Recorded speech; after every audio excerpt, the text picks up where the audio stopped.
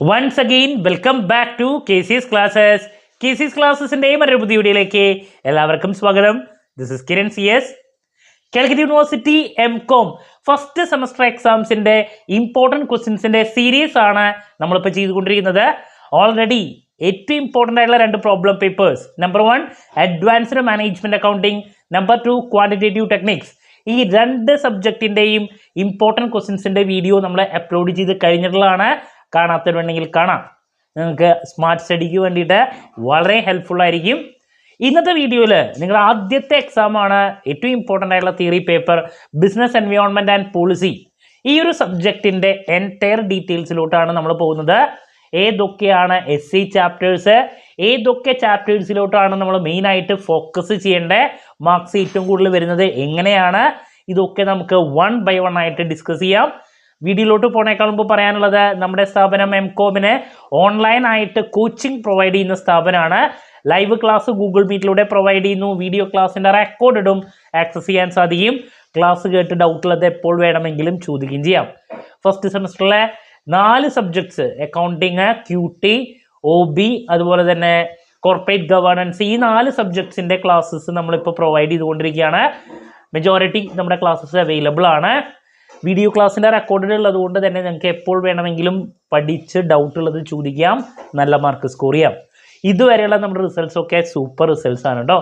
So നമ്മുടെ ക്ലാസ്സിൽ join ചെയ്ത് പഠിച്ച് നല്ല മാർക്ക് മേടിക്കാൻ താല്പര്യമുള്ള കുട്ടികൾ എത്രയും പെട്ടെന്ന് തന്നെ ഡിസ്ക്രിപ്ഷൻ ബോക്സിലുള്ള എൻ്റെ വാട്സപ്പ് നമ്പറിൽ കോൺടാക്ട് ചെയ്യാം, ക്ലാസ്സസ് ആക്സസ് ചെയ്യാം. ഓക്കെ, സോ നമുക്ക് എന്തായാലും വീഡിയോയിലോട്ട് പോകാം. സോ നമ്മുടെ subject business environment and policy ആണ്. 5 മൊഡ്യൂളായിട്ട് ഡിവൈഡ് ചെയ്തിട്ടുണ്ട്. സോ കുട്ടികളെ എപ്പോഴും ചോദിക്കുന്നൊരു ചോദ്യമാണ്, ഏതൊക്കെ മൊഡ്യൂൾസിൽ നിന്നാണ് ഏറ്റവും കൂടുതൽ ക്വസ്റ്റ്യൻസ് വരാൻ സാധ്യത, അതുപോലെ തന്നെ SC ചാപ്റ്റേഴ്സ് ഏതൊക്കെയാണ്. സോ നമുക്കറിയാം ഇപ്പോൾ 4 essay വരുന്നുണ്ട്. സോ നമുക്ക് 4 മൊഡ്യൂളിൽ നിന്ന് essay അതുകൊണ്ട് തന്നെ എക്സ്പെക്ട് ചെയ്യാം. ബട്ട് പ്രീവിയസ് ഇയർ ക്വസ്റ്റ്യൻ പേപ്പറിൻ്റെ ഒക്കെ ബേസിൽ ഏറ്റവും കൂടുതൽ നിങ്ങൾ ഫോക്കസ് ചെയ്യേണ്ടതും ഏറ്റവും കൂടുതൽ മാർക്സ് കണ്ടുവരുന്നതും മൊഡ്യൂൾ നമ്പർ 2 അതുപോലെ തന്നെ മൊഡ്യൂൾ നമ്പർ 5, ഈ 2 മൊഡ്യൂളിൽ നിന്ന് നിങ്ങൾക്ക് ഉറപ്പായും SC ചോദ്യങ്ങൾ പ്രതീക്ഷിക്കാം. അതുപോലെ തന്നെ ഏറ്റവും കൂടുതൽ ചോദ്യങ്ങൾ മാർക്സ് വരുന്നതും ഈ 2 മൊഡ്യൂൾസിൽ നിന്നാണ്. മൊഡ്യൂൾ നമ്പർ 2 ആണ് ഏറ്റവും ഇമ്പോർട്ടൻ്റ് ആയിട്ടുള്ളത്, അതുപോലെ തന്നെ മൊഡ്യൂൾ നമ്പർ 5ഉം. ദെൻ മൊഡ്യൂൾ നമ്പർ 3യിൽ നിന്നും ചോദ്യങ്ങൾ ഉള്ളതാണ്, എല്ലാ പാർട്ടിലും ചോദ്യങ്ങൾ വരുന്നതാണ്. ബിക്കോസ് 4 essay ഇടണം, അതുകൊണ്ട് തന്നെ.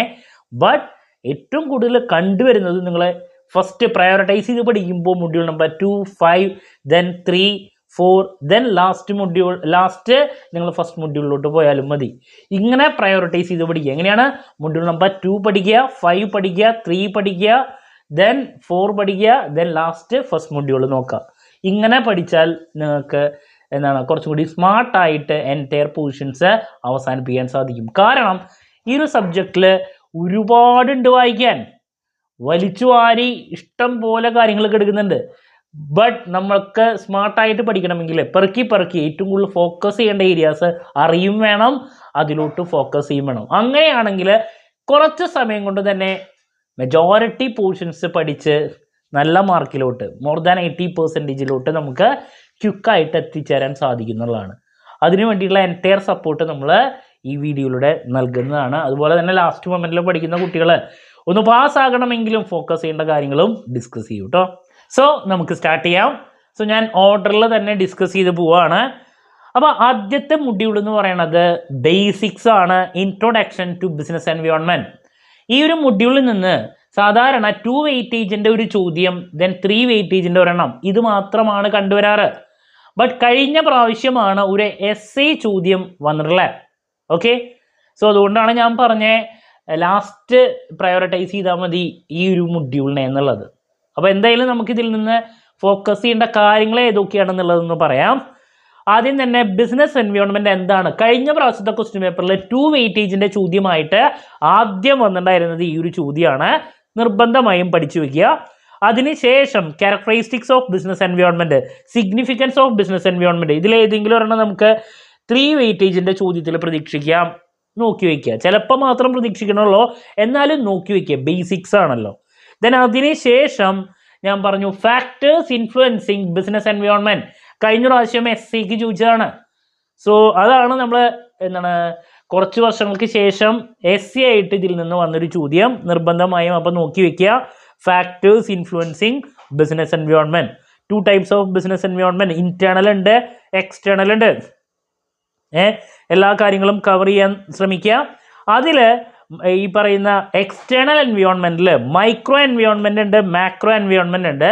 3 വെയിറ്റേജിൻ്റെ ചോദ്യത്തിൽ മാക്രോ എൻവയോൺമെൻറ്റിലെ ഏതെങ്കിലും ഒരെണ്ണം സെപ്പറേറ്റ് എടുത്ത് ചോദിക്കാറുണ്ട്. മാക്രോ എൻവയോൺമെൻറ്റിൽ ഇക്കണോമിക് എൻവയോൺമെൻറ്റ് ഉണ്ട്, പൊളിറ്റിക്കൽ എൻവയോൺമെൻറ്റ് ഉണ്ട്, ലീഗൽ എൻവയോൺമെൻറ്റ് ഉണ്ട്, സോഷ്യൽ എൻവയോൺമെൻറ്റ് ഉണ്ട്. ഇതിലേതെങ്കിലും ഒരെണ്ണം സെപ്പറേറ്റ് 3 വെയിറ്റേജിൻ്റെ ചോദ്യമായിട്ട് വരാറുണ്ട്.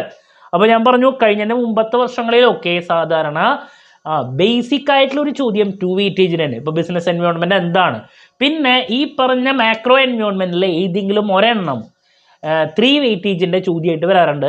കഴിഞ്ഞ പ്രാവശ്യത്തെ എക്സാമിന് ഞാൻ പറഞ്ഞു SC ആയിട്ട് ഫാക്ടേഴ്സ് ഇൻഫ്ലുവൻസിങ് ബിസിനസ് എൻവയോൺമെൻ്റ് ആണ് വന്നത്. 2 വെയിറ്റേജിൻ്റെ ബിസിനസ് എൻവയോൺമെൻറ്റ് എന്താണെന്നുള്ളൊരു ചോദ്യം. 3 വെയിറ്റേജിൻ്റെ ഒറ്റ ചോദ്യം ഇതിൽ നിന്ന് ഈ മൊഡ്യൂളിൽ നിന്ന് കഴിഞ്ഞ പ്രാവശ്യം വന്നില്ല. ഇതാണ് കഴിഞ്ഞ പ്രാവശ്യത്തെ ഒരു ചേഞ്ച് പറയാനുള്ളത് കേട്ടോ. So that's about legal environment, cultural environment, ഇതൊക്കെ ലേബർ എൻവയോൺമെൻറ്റ്, ഇതൊക്കെ നോക്കി വയ്ക്കുക കേട്ടോ. ഇനി module number 1 next topics unit 3 trade union അതുപോലെ തന്നെ ക്വാളിറ്റി സർക്കിളാണ്. ഇതൊക്കെ 2 വെയിറ്റേജിൻ്റെ എടുത്ത് ചോദിക്കാറുള്ളതാണ്. നിർബന്ധമായും ആ രീതിയിൽ പഠിച്ചു വയ്ക്കുക. നമ്പർ 1 ട്രേഡ് യൂണിയൻ എന്താണ് പഠിച്ചു വയ്ക്കണം. അതിൻ്റെ ഫങ്ഷൻസ് ചിലപ്പോൾ അത് 3 വെയിറ്റേജിൻ്റെ ചോദ്യമായിട്ട് ചോദിക്കുകയാണെങ്കിൽ നമുക്ക് എഴുതാമല്ലോ. അപ്പോൾ എന്താണ് ട്രേഡ് യൂണിയൻ, 2 വെയിറ്റേജിനെ പ്രതീക്ഷിക്കാം. അതിൻ്റെ ഫങ്ഷൻസും ലിമിറ്റേഷൻസും കവർ ചെയ്യുക. അതിനുശേഷം ക്വാളിറ്റി സർക്കിൾ എന്താണ്, 2 വെയിറ്റേജിൻ്റെ ചോദ്യം. അതിൻ്റെ പ്രോസസ്സ് ഉണ്ട്, അത് ജസ്റ്റ് ഒന്ന് നോക്കി വയ്ക്കാം. കൂടുതൽ ഇതൊക്കെ 2 വെയിറ്റേജിൻ്റെ ആണ് നമ്മൾ കണ്ടുവരാറ്. So that's about module number 1. അപ്പോൾ മൊഡ്യൂൾ നമ്പർ 1 നിന്ന് നമ്മൾ പ്രതീക്ഷിക്കുന്ന ചോദ്യങ്ങൾ എന്തൊക്കെയാണ്? ആദ്യം ബിസിനസ് എൻവയോൺമെൻറ്റ് എന്താണ്, നമ്പർ 2 ട്രേഡ് യൂണിയൻ എന്താണ്, നമ്പർ 3 ക്വാളിറ്റി സർക്കിൾ എന്താണ്. ഈ 3 ചോദ്യങ്ങളൊക്കെ ഏറ്റവും കൂടുതൽ നമ്മൾ 2 വെയിറ്റേജിൻ്റെ ചോദ്യത്തിൽ പ്രതീക്ഷിക്കുന്നതാണ്. പിന്നെ micro environment, macro environment, internal external environment, ഇതൊക്കെ 2 വെയിറ്റേജിൻ്റെ നമുക്ക് പ്രതീക്ഷിക്കാം. ദെൻ SC ആയിട്ട് ഫാക്ടേഴ്സ് ഇൻഫ്ലുവൻസിങ് ബിസിനസ് എൻവയോൺമെൻറ്റ്, അതുപോലെ തന്നെ മാക്രോ എൻവയോൺമെൻറ്റിലെ ഏതെങ്കിലും ഒരെണ്ണം ഈ പറയുന്ന 3 വെയിറ്റേജിൻ്റെ ചോദ്യമായിട്ട് പ്രതീക്ഷിക്കാം. ഈ രീതിയിലാണ് നമ്മൾ മൊഡ്യൂൾ നമ്പർ 1 നിന്ന് പ്രതീക്ഷിക്കുന്ന ചോദ്യങ്ങൾ. അപ്പോൾ ചിലപ്പോൾ 2 വെയിറ്റേജ് 3 വെയിറ്റേജും കൂടിയിട്ട് 5 വെയിറ്റേജ്, ചിലപ്പോൾ 7 വെയിറ്റേജ്, ഒരു SAയും 2 വെയിറ്റേജും, ഇങ്ങനെയാണ് നമ്മൾ ഇതിൽ നിന്ന് പ്രതീക്ഷിക്കുന്നത്. അപ്പോൾ മാക്സിമം ഒരു 7 വെയിറ്റേജിൻ്റെ ചോദ്യമാണ് മൊഡ്യൂൾ നമ്പർ 1 നിന്ന് നമ്മൾ പ്രതീക്ഷിക്കുന്നത് കേട്ടോ. അപ്പോൾ ആ രീതിയിൽ അപ്രോച്ച് ചെയ്യുക, വലിച്ചു വാരി പഠിക്കാതിരിക്കുക. Okay, so that's about module number 1. Moving to module number 2, the most important module. ഒരുപാട് ചോദ്യങ്ങൾ നമുക്ക് ഇതിൽ നിന്ന് പ്രതീക്ഷിക്കാം. SI ചോദ്യം, 2 വെയിറ്റേജ് ചോദ്യം, 3 വെയിറ്റേജിൻ്റെ ചോദ്യം, ഇതൊക്കെ നമ്മൾ പ്രതീക്ഷിക്കുന്ന ഒരു മൊഡ്യൂളാണ് മൊഡ്യൂൾ നമ്പർ 2. നല്ല രീതിയിൽ പഠിച്ചിരിക്കണം. നിങ്ങൾ ആദ്യം വേണമെങ്കിൽ ഈ മൊഡ്യൂൾ പഠിച്ച് അവസാനിപ്പിക്കുക എന്നുള്ളതാണ്. So Indian economy and overview, ഇതാണ് നമ്മുടെ മൊഡ്യൂൾ നമ്പർ 2. ആദ്യം ഇക്കണോമിക് സിസ്റ്റം എന്താണെന്നുള്ളത് നമുക്ക് നോക്കിയാൽ മനസ്സിലാക്കാം. നിങ്ങൾ നോക്കുക. അതിനുശേഷം challenges in the Indian economy after independence നോക്കിയിരിക്കണം. Challenges in the Indian economy after independence നമുക്ക് 3 വെയിറ്റേജിൻ്റെ ചോദ്യത്തിൽ നമുക്ക് പ്രതീക്ഷിക്കാം. വന്നിട്ടുള്ളതാണ് ചലഞ്ചസ്. നിർബന്ധമായി നോക്കിയിരിക്കുക, സ്കിപ്പ് ചെയ്യരുത്. ദെൻ ഏറ്റവും ഇമ്പോർട്ടൻ്റ് ആയിട്ടുള്ള ചോദ്യം നീതി ആയോഗ്. ഈ നീതി ആയോഗ് എന്താണ്, അതിൻ്റെ ഫങ്ഷൻസ്. റിപ്പീറ്റ് ചോദ്യമാണ്, പല ക്വസ്റ്റ്യൻ പേപ്പറിലും വരാറുള്ളതാണ്. ഒരു കാരണവശാലും സ്കിപ്പ് ചെയ്യരുത് കേട്ടോ, വളരെ ഇമ്പോർട്ടൻ്റ് ആണ്. കഴിഞ്ഞ പ്രാവശ്യത്തെ ക്വസ്റ്റ്യൻ പേപ്പറിലും ചോദിച്ചിട്ടുണ്ട് നീതി ആയോഗിനെ പറ്റിയിട്ട്, അതുകൊണ്ട് നിങ്ങൾ സ്കിപ്പ് ചെയ്യരുത്. ഇനി next public sector in India ആണ് അടുത്ത ടോപ്പിക് എന്ന് പറയുന്നത്. സോ അതിലോട്ട് പോകുന്ന സമയത്ത് നമ്മളതിൽ ഫോക്കസ് ചെയ്യേണ്ടത് public sector reforms in India ഉണ്ട്. ദെൻ അതിൽ പ്രൈവറ്റ് പാർട്ടിസിപ്പേഷൻ കാര്യങ്ങൾ നിങ്ങൾക്ക് കാണാൻ സാധിക്കും. അതിൽ പ്രൈവറ്റൈസേഷനെ റിലേറ്റ് ചെയ്തിട്ടുള്ള ടോപ്പിക്ക് പലപ്പോഴും റിപ്പീറ്റായിട്ട് വരാറുള്ളതാണ്. കഴിഞ്ഞ പ്രാവശ്യം വന്നിട്ടുണ്ട്. പ്രൈവറ്റൈസേഷൻ ഇൻ ഇന്ത്യ എന്താണ്? Features of privatisation, types of privatisation, അതിൻ്റെ അഡ്വാൻറ്റേജസ് ഡിസഡ്വാൻറ്റേജസ് വളരെ ഇമ്പോർട്ടൻ്റ് ആണ്, ഒരു കാരണവശാലും സ്കിപ്പ് ചെയ്യരുത്. അപ്പോൾ പ്രൈവറ്റൈസേഷൻ വളരെ ഇമ്പോർട്ടൻ്റ് ആണ്, നോക്കിയിരിക്കണം. 2 വെയിറ്റേജിൻ്റെയോ 3 വെയിറ്റേജിൻ്റെയോ പ്രതീക്ഷിക്കാം. അതിനുശേഷമുള്ള ടോപ്പിക്കും വളരെ ഇമ്പോർട്ടൻ്റ് ആണ്. കഴിഞ്ഞ പ്രാവശ്യം ക്വസ്റ്റ്യൻ പേപ്പറിൽ വന്നിട്ടുണ്ടായിരുന്നു. ഫിസിക്കൽ ആൻഡ് മോണിറ്ററി പോളിസി നിർബന്ധമായും പഠിച്ചിരിക്കണം. എന്താണ് ഫിസിക്കൽ പോളിസി, അതിൻ്റെ മെയിൻ ഒബ്ജക്റ്റീവ്സ് എന്താണ്, ഒരു കാരണവശാലും സ്കിപ്പ് ചെയ്യരുത്. ദെൻ അതിനുശേഷം യൂണിയൻ ബഡ്ജറ്റ് എന്താണ്, അതിൻ്റെ സ്ട്രക്ചർ തിയറി നോക്കിയിരിക്കണം, എന്താണ് യൂണിയൻ ബഡ്ജറ്റ് എന്നുള്ളത്. ദെൻ മോണിറ്ററി പോളിസി എന്താണ്, അതിനെ റിലേറ്റ് ചെയ്തിട്ടുള്ള ടേമുകളും കൺസെപ്റ്റും നോക്കിയിരിക്കണം. CRR എന്താണ്, SLR എന്താണ്, ഇതൊക്കെ നമുക്ക് റിപ്പോസ് എന്താണ്, റിവേഴ്സ് റിപ്പോ എന്താണ്, നിർബന്ധമായി നോക്കിയിരിക്കണം. അപ്പോൾ മോണിറ്ററി പോളിസിയും ഫിസിക്കൽ പോളിസിയും റിപ്പീറ്റ് ആണ്, നോക്കിയിരിക്കണം. അതുപോലെ തന്നെ നെക്സ്റ്റ് ടോപ്പിക്ക് GST ആണ്. എഗെയിൻ 3 വെയിറ്റേജിലും പ്രതീക്ഷിക്കാം, 2 വെയിറ്റേജിലും പ്രതീക്ഷിക്കാം. GST എന്താണ്, ഹിസ്റ്ററി ഓഫ് GST ഉണ്ട്, GSTൻ്റെ കീ ഫീച്ചേഴ്സ് ഉണ്ട്, ബെനഫിറ്റ്സ് ഉണ്ട്, നിർബന്ധമായി നോക്കിയിരിക്കും. അപ്പോൾ ഈ ഒരു മൊഡ്യൂളിൽ നമുക്ക് 2 വെയിറ്റേജിൻ്റെ ചോദ്യങ്ങൾ, 3 വെയിറ്റേജിൻ്റെ ചോദ്യങ്ങൾ, SI ചോദ്യങ്ങൾ, ഇതൊക്കെ നമുക്ക് പ്രതീക്ഷിക്കാം. ഞാൻ പറഞ്ഞു നീതി ആയോഗ് വളരെ ഇമ്പോർട്ടൻ്റ് ആണ്, physical policy, monetary policy, GST, ഇതൊക്കെ മാറി മാറി വരുന്ന ടോപ്പിക്കുകളാണ്. പ്രൈവറ്റൈസേഷൻ, ഇതൊക്കെ പിന്നെ ചലഞ്ചസ് ഓഫ് എന്താണ് ഇന്ത്യൻ ഇക്കോണമി, ഇതൊക്കെ മിക്ക ക്വസ്റ്റ്യൻ പേപ്പറുകളിലും നമ്മൾ റിപ്പീറ്റ് ആയിട്ട് കണ്ടുവന്നുള്ള ചോദ്യങ്ങളാണ്. അതുകൊണ്ട് തന്നെ ഒരു കാരണവശാലും സ്കിപ്പ് ചെയ്യരുത് കേട്ടോ. Okay, so that's about module number 2. Moving to module number 3, Indian economy growth and drivers. ഇതാണ് മൊഡ്യൂൾ നമ്പർ 3 വരുന്നത്. സോ അതിൽ ആദ്യം കുറച്ച് കാര്യങ്ങളൊക്കെ നമുക്ക് കാണാൻ സാധിക്കും, അഗ്രികൾച്ചറിൻ്റെ ഒക്കെ. അതിനുശേഷം land reforms, then new economic policy നമുക്ക് കാണാൻ സാധിക്കും. അതിൽ industrial policy, new industrial policy 1991 എന്താണ് നോക്കിയിരിക്കണം. ന്യൂ ഇൻഡസ്ട്രിയൽ പോളിസിനെ റിലേറ്റ് ചെയ്തിട്ട് സെപ്പറേറ്റ് ചോദ്യം പ്രതീക്ഷിക്കാം. Then challenges faced by Indian economy, ഞാൻ നേരത്തെ പറഞ്ഞു ഇതൊരു essay ടോപ്പിക്കായിട്ട് പ്രതീക്ഷിക്കാം, ചോദിച്ചിട്ടുള്ളതാണ്. Challenges faced by Indian economy എന്ന് പറഞ്ഞിട്ട് സെപ്പറേറ്റ് ഒരു ചോദ്യം വളരെ ഇമ്പോർട്ടൻ്റ് ആണ്, നോക്കി വയ്ക്കണം. അതിനുശേഷം ഈ ചാപ്റ്ററിൽ പറയുന്ന കുറച്ച് ടോപ്പിക്കുകൾ 3 വെയിറ്റേജിൻ്റെ മാറി മാറി വരുന്നതാണ്, 2 വെയിറ്റേജിൻ്റെ പ്രതീക്ഷിക്കാം. നമ്പർ 1 പോവേർട്ടി എന്താണ്, കോസസ് ഓഫ് പോവേർട്ടി, റിപ്പീറ്റ് ചോദ്യമാണ്. ഡിറ്റർമിനൻസ് ഓഫ് പോവേർട്ടിയും അതുപോലെ തന്നെ causes of poverty in India നിർബന്ധമായി നോക്കിയിരിക്കണം. പോവേർട്ടി എന്താണ്, causes of poverty in India. അതുപോലെ തന്നെ അൺഎംപ്ലോയ്മെന്റ് എന്താണ്, ടൈപ്സ് ഓഫ് അൺഎംപ്ലോയ്മെന്റ് നിർബന്ധമായി നോക്കിയിരിക്കണം. അതിൻ്റെ കോസസും നമുക്ക് നോക്കാനുണ്ട്, റിപ്പീറ്റ് ആണ്. അപ്പോൾ പോവേർട്ടി നോക്കുക, അതിൻ്റെ കോസസ് നോക്കുക, അതുപോലെ തന്നെ അൺഎംപ്ലോയ്മെന്റ് നോക്കുക, അതിൻ്റെ കോസസ് നോക്കിയിരിക്കണം. ഒരു കാരണവശാലും സ്കിപ്പ് ചെയ്യരുത്, റിപ്പീറ്റ് ആണ് കേട്ടോ. അതുപോലെ തന്നെ നമുക്ക് 2 വെയിറ്റേജിൻ്റെ ചോദ്യമായിട്ട് പ്രതീക്ഷിക്കാം. മുദ്ര ബാങ്കിനെ പറ്റിയിട്ട് 2 വെയിറ്റേജ് ചോദ്യം. അതുപോലെ തന്നെ SGSY, ഇതൊക്കെ ഷോർട്ട് ഫോമുകളാണ്. അതുപോലെ തന്നെ Mahatma Gandhi national rural employment guarantee act, അതൊക്കെ 2 വെയിറ്റേജിനെ പ്രതീക്ഷിക്കാം. പിന്നെ അന്നപൂർണ 2 വെയിറ്റേജ്. ഈ പറഞ്ഞ കുറച്ച് കാര്യങ്ങൾ നമുക്കിതിൽ വരുന്നത് 2 വെയിറ്റേജിനെ പ്രതീക്ഷിക്കാം കേട്ടോ. ദെൻ റീജിയണൽ ഇംബാലൻസസ് എന്താണ്, അത് 3 വെയിറ്റേജ് ചോദ്യമാണ്. ചിലപ്പോൾ 2 വെയിറ്റേജിനും റീജിയണൽ ഇംബാലൻസിനെ പറ്റിയിട്ട് ചോദിക്കാം. സോ ദാറ്റ്സ് അബൌട്ട് ആ ഒരു ടോപ്പിക്ക്. പിന്നെ ഈ ഒരു മൊഡ്യൂളിൽ വരുന്ന മറ്റൊരു ടോപ്പിക്ക് ബ്ലാക്ക് മണീനെ പറ്റിയിട്ടാണ്, റിപ്പീറ്റ് ആണ്, നോക്കിയിരിക്കണം. ബ്ലാക്ക് മണി എന്താണ്, causes of generating black money 3 വെയിറ്റേജിൻ്റെ ചോദ്യത്തിൽ പ്രതീക്ഷിക്കാം. ബ്ലാക്ക് മണി അതുപോലെ തന്നെ ഇൻഫ്ലേഷൻ എന്താണ്, അതിൻ്റെ കോസസും നമുക്ക് 3 വെയിറ്റേജിൻ്റെ ചോദ്യത്തിൽ പ്രതീക്ഷിക്കാം. അപ്പോൾ ടീമുകൾ പെറുക്കി പഠിക്കുക, എന്താണെന്ന് പഠിക്കുക. അതുപോലെ തന്നെ അതിൻ്റെ ബേസിക് കാര്യങ്ങൾ നമുക്ക് 3 വെയിറ്റേജിൻ്റെ പ്രതീക്ഷിക്കാം. Then social justice in India, അതെന്താണ് ജസ്റ്റ് മനസ്സിലാക്കി വയ്ക്കുക, social justice. Then special economic zone വളരെ ഇമ്പോർട്ടൻ്റ് ആയിട്ടുള്ള ഒരു ടോപ്പിക്കാണ്, 2 വെയിറ്റേജിൻ്റെയും പ്രതീക്ഷിക്കാം.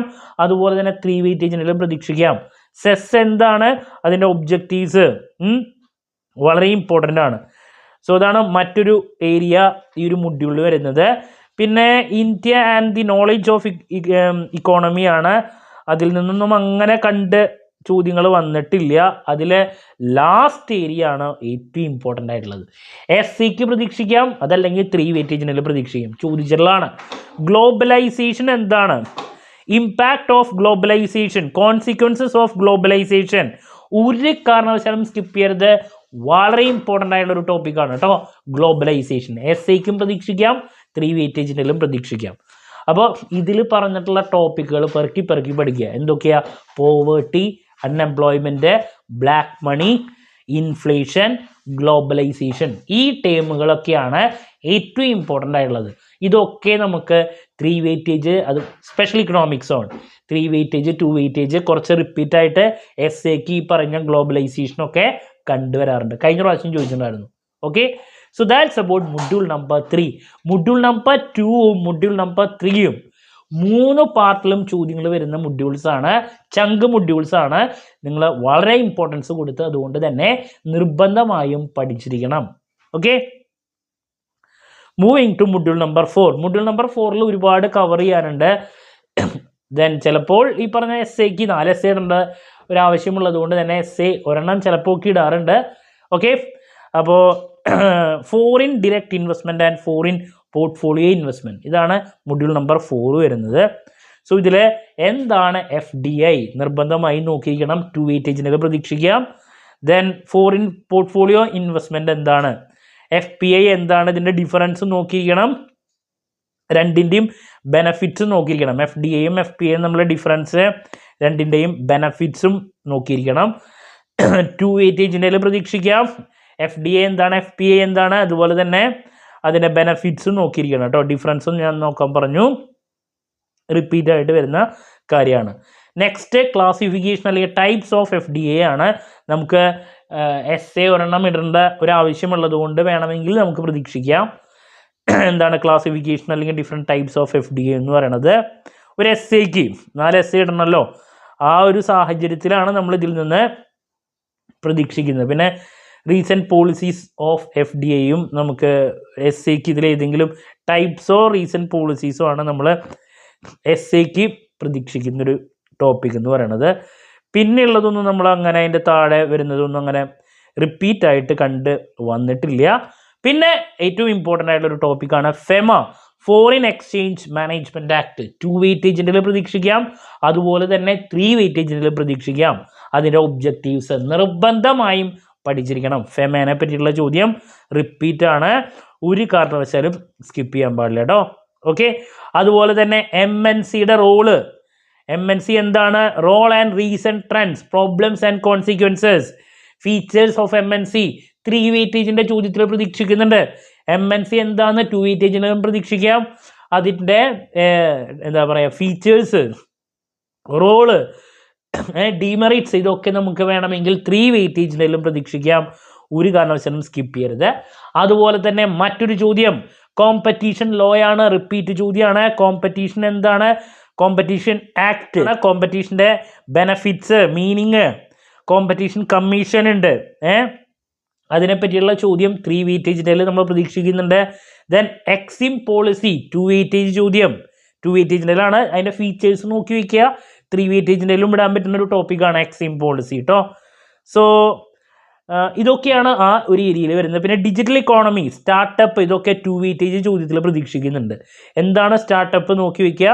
ഡിജിറ്റൽ ഇക്കോണമി, സ്റ്റാർട്ടപ്പ് എന്താണ്, സ്റ്റാർട്ടപ്പിനെ പറ്റിയിട്ടുള്ള സ്റ്റാർട്ടപ്പിൻ്റെ ബെനഫിറ്റ്സ് 3 വെയിറ്റേജ് ചോദ്യമാണ്. സ്റ്റാർട്ടപ്പിൻ്റെ ബെനഫിറ്റ്സ് 3 വെയിറ്റേജിന് നമുക്ക് പ്രതീക്ഷിക്കാം. സ്റ്റാർട്ടപ്പിനെ റിലേറ്റ് ചെയ്തിട്ടുള്ളൊരു ചോദ്യം. ഡിജിറ്റൽ ഇക്കണോമിയുടെ അഡ്വാൻറ്റേജസ് 3 വെയിറ്റേജ് ചോദ്യമാണ്, നോക്കി വയ്ക്കണം കേട്ടോ. എന്താണ് ഡിജിറ്റൽ ഇക്കോണമി, അതിൻ്റെ അഡ്വാൻറ്റേജസ്, ഡിജിറ്റൽ ഇക്കണോമിനെ പറ്റിയിട്ട് ജസ്റ്റ് ഒന്ന് എക്സ്പ്ലെയിൻ ചെയ്യാൻ പറഞ്ഞാൽ എഴുതണം. ദെൻ 2 വെയിറ്റേജിൻ്റെ ചോദ്യത്തിൽ പ്രതീക്ഷിക്കാം. ക്രിപ്റ്റോ കറൻസി ചോദിച്ചിട്ടുള്ളതാണ്. എന്താണ് ക്രിപ്റ്റോ കറൻസി, അതല്ലെങ്കിൽ ഫിൻടെക് എന്താണ്, ഇതൊക്കെ 2 വെയിറ്റേജ് ചോദ്യങ്ങളാണ്. മാറി മാറി വരുന്നതാണ്. എന്താണ് ക്രിപ്റ്റോ കറൻസി, എന്താണ് ഫിൻടെക്, ഇതൊക്കെ നമുക്ക് 2 വെയിറ്റേജിൻ്റെ ചോദ്യത്തിൽ പ്രതീക്ഷിക്കാം. അപ്പോൾ മൊഡ്യൂൾ നമ്പർ 4 എന്തൊക്കെയാ? FDI, FPI, അതിൻ്റെ ബെനഫിറ്റ്സ്, ദെൻ ലാസ്റ്റ് പറഞ്ഞ ഈ പറഞ്ഞ ഡിജിറ്റൽ ഇക്കോണമി, ക്രിപ്റ്റോ കറൻസി, അതുപോലെ തന്നെ ഫിൻടെക്, ഇതൊക്കെ നമ്മൾ നോക്കി വെക്കണം. ഫെമ നോക്കണം. ഡിജിറ്റൽ ഇക്കോണമിയുടെ ബേസിക് കൺസെപ്റ്റ് ഞാൻ നോക്കാൻ പറഞ്ഞു. ഇതൊക്കെയാണ് നമ്മൾ റിപ്പീറ്റായിട്ട് എന്താണ് കണ്ടുവന്നത്. സ്റ്റാർട്ടപ്പ് എന്താണ് അത് നോക്കി വയ്ക്കുക. ഓക്കെ, സോ ക്ലാരിറ്റി കിട്ടിയെന്ന് വിചാരിക്കുന്നു. നോക്കേണ്ട ഏരിയാസ്, എക്സിം പോളിസിനെ പറ്റിയിട്ടുള്ള കാര്യങ്ങൾ നമ്മൾ പ്രതീക്ഷിക്കുന്നുണ്ട്, സ്കിപ്പ് ചെയ്യരുത്. ഓക്കെ, സോ ദാറ്റ്സ് അബൌട്ട് ആ ഒരു topic. Moving to module number 5, environment management ആണ്. ഇതിൽ നിന്ന് എല്ലാ ക്വസ്റ്റ്യൻ പേപ്പറിലും കമ്മിറ്റീസ് ഉണ്ട്, പല കമ്മിറ്റീസ്. അതിൽ ഏതെങ്കിലും ഒരു കമ്മിറ്റിയുടെ റെക്കമെൻഡേഷൻസ് എക്സ്പ്ലെയിൻ ചെയ്യാൻ വേണ്ടിയിട്ടുള്ളതാണ് എസ് ആയിട്ട് വരാറ്. നിർബന്ധമായി നിങ്ങൾ നോക്കിയിരിക്കണം കേട്ടോ. പല കമ്മിറ്റീസിനെ പറ്റിയിട്ടുള്ളത് നമുക്ക് കാണാൻ സാധിക്കും. അതുപോലെ തന്നെ പല പൊല്യൂഷൻസ് ഉണ്ട്, എയർ പൊല്യൂഷൻ, വാട്ടർ പൊല്യൂഷൻ. ഇതിലേതെങ്കിലും ഒരു പൊല്യൂഷനെ പറ്റിയിട്ട് 2 വെയിറ്റേജിൻ്റെ ചോദ്യമായിട്ടും 3 വെയിറ്റേജിൻ്റെ ചോദ്യമായിട്ടും ചോദിക്കാറുണ്ട്. വളരെ ഈസിയാണ്. സോ എന്താണ് എയർ പൊല്യൂഷൻ നോക്കിയിരിക്കണം. എൻവയോൺമെൻറ്റ് മാനേജ്മെൻ്റ് ആണ്. അതിൽ ആദ്യം എയർ പൊല്യൂഷൻ എന്താണ്, അതിൻ്റെ ഇഫക്ട്സ് നോക്കിയിരിക്കണം. 2 വെയിറ്റേജിൻ്റെലും പ്രതീക്ഷിക്കാം, 3 വെയിറ്റേജിൻ്റെലും പ്രതീക്ഷിക്കാം. അതുപോലെ തന്നെ വാട്ടർ പൊല്യൂഷൻ എന്താണ്, അതിനെപ്പറ്റിയുള്ള കാര്യങ്ങൾ നോക്കി വയ്ക്കുക. 2 and 3 വെയിറ്റേജ് രണ്ടിലും പ്രതീക്ഷിക്കാം. മാറി മാറി വരുന്നതാണ് ലാൻഡ് പൊല്യൂഷൻ, നോക്കിയിരിക്കണം. എന്തായാലും ഉണ്ടാവും കേട്ടോ 3 പൊല്യൂഷൻ. ഇപ്പോൾ പറഞ്ഞതിൽ ഏതെങ്കിലും ഒരെണ്ണം എല്ലാ പേപ്പറുകളിലും മാറി മാറി ഇടുന്നതാണ്, അതുകൊണ്ട് സ്കിപ്പ് ചെയ്യരുത്. അതിനുശേഷം പല കമ്മിറ്റീസിൻ്റെ റിപ്പോർട്ടുകളാണ്. അതിൽ എന്തായാലും ചിലപ്പോൾ SAക്ക് ഏതെങ്കിലും 2 കമ്മിറ്റീനെ പറ്റിയിട്ടാണ് ചോദിക്കാറ്. ആദ്യം Gadgil committee, Madhav Gadgil committee report SAക്ക് വരാറുള്ളതാണ്, റിപ്പീറ്റായിട്ട് വരുന്നതാണ്. നിർബന്ധമായി നോക്കിയിരിക്കണം, ഒരു കാരണവശാലും സ്കിപ്പ് ചെയ്യരുത്. പിന്നെ ഏറ്റവും ഇമ്പോർട്ടൻ്റ് ആയിട്ടുള്ള കസ്തൂരി രംഗൻ റിപ്പോർട്ട് നിർബന്ധമായും പഠിച്ചിരിക്കണം. അപ്പോൾ Gadgil committee report, Kasturi Rangan committee report ചിലപ്പോൾ SAക്ക് ചിലപ്പോൾ 3 വെയിറ്റേജ് ചോദ്യം, നിർബന്ധമായി നോക്കിയിരിക്കണം. നെക്സ്റ്റ് ഗ്ലോബൽ വാർമിംഗ് എന്താണ്, ഗ്ലോബൽ വാർമിങ്ങിൻ്റെ കോസസ്, അതിൻ്റെ ഇഫക്ട്സ് 3 വെയിറ്റേജിൻ്റെ പ്രതീക്ഷിക്കാം, അതല്ലെങ്കിൽ SAക്കും പ്രതീക്ഷിക്കാം ഗ്ലോബൽ വാർമിംഗ്. ദെൻ 2 വെയിറ്റേജ് ചോദ്യമാണ് കൈറ്റോ പ്രോട്ടോകോൾ എന്താണ്, 2 വെയിറ്റേജിന് ചോദിക്കാറുണ്ട്. ദെൻ ഒരു 2 ക്വസ്റ്റ്യൻ പേപ്പറിൽ ചോദിച്ചൊരു ചോദ്യമാണ് ഗ്രീൻ ഫിനാൻസിങ് എന്താണ്, നിർബന്ധമായും പഠിച്ചിരിക്കണം. ഗ്രീൻ ഫിനാൻസിങ് 2 വെയിറ്റേജിൻ്റെ റിപ്പീറ്റ് ചോദ്യമാണ്, ഒരു കാരണവശാലും സ്കിപ്പ് ചെയ്യരുത്. ഇതൊക്കെയാണ് ഏറ്റവും കൂടുതൽ റിപ്പീറ്റായിട്ട് കണ്ടുവന്നിട്ടുള്ളത്. Then environment protection act 1986 2 weightage ചോദ്യം. ദെൻ ഏറ്റവും ഇമ്പോർട്ടൻ്റ് ആയിട്ടുള്ള മറ്റൊരു ടോപ്പിക് കൺസ്യൂമർ പ്രൊട്ടക്ഷൻ ആക്ട് 1986 എന്താണെന്ന് നോക്കിയിരിക്കണം. അതിൻ്റെ ഫീച്ചേഴ്സ്, കൺസ്യൂമർ പ്രൊട്ടക്ഷൻ ആക്ട് 1986 3 വെയിറ്റേജിൻ്റെ ചോദ്യത്തിൽ നമ്മൾ കണ്ടുവന്നിട്ടുള്ളതാണ്. അതുപോലെ തന്നെ കൺസ്യൂമർ ഡിസ്പ്യൂട്ട് എന്താണ്.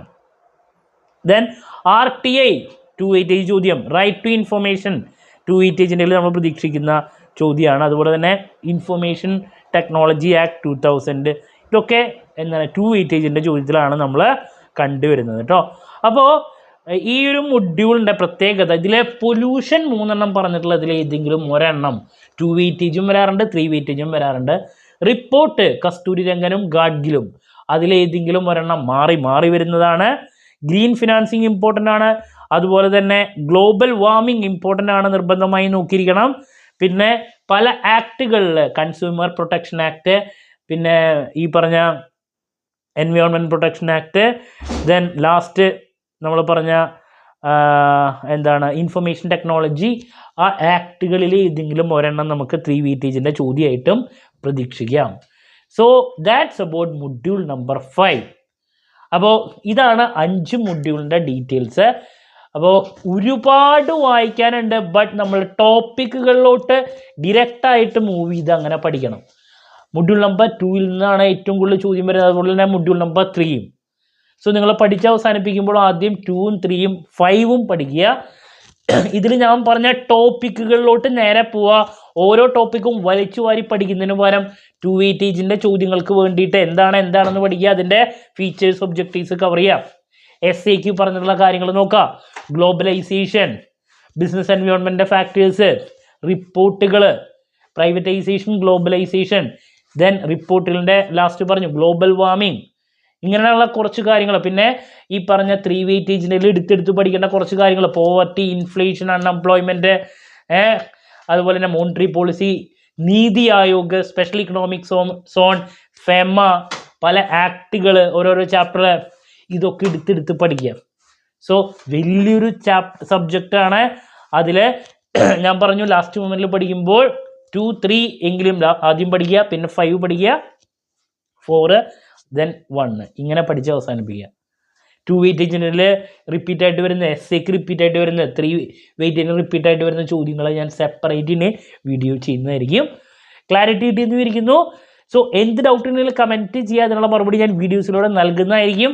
നമ്മുടെ ക്ലാസ്സിൽ ജോയിൻ ചെയ്ത് പഠിച്ച് നല്ല മാർക്ക് മേടിക്കാൻ താല്പര്യമുള്ള കുട്ടികളെ ഡിസ്ക്രിപ്ഷൻ ബോക്സിലുള്ള എൻ്റെ വാട്സപ്പ് നമ്പറിൽ കോൺടാക്ട് ചെയ്യാം, ക്ലാസ്സസ് ആക്സസ് ചെയ്യാം. മറ്റൊരു വീഡിയോയുമായി വീണ്ടും കാണാമെന്നുള്ള പ്രതീക്ഷയോടെ നിർത്തുന്നു. This is Kiran CS signing off. Have a nice day. Thank U.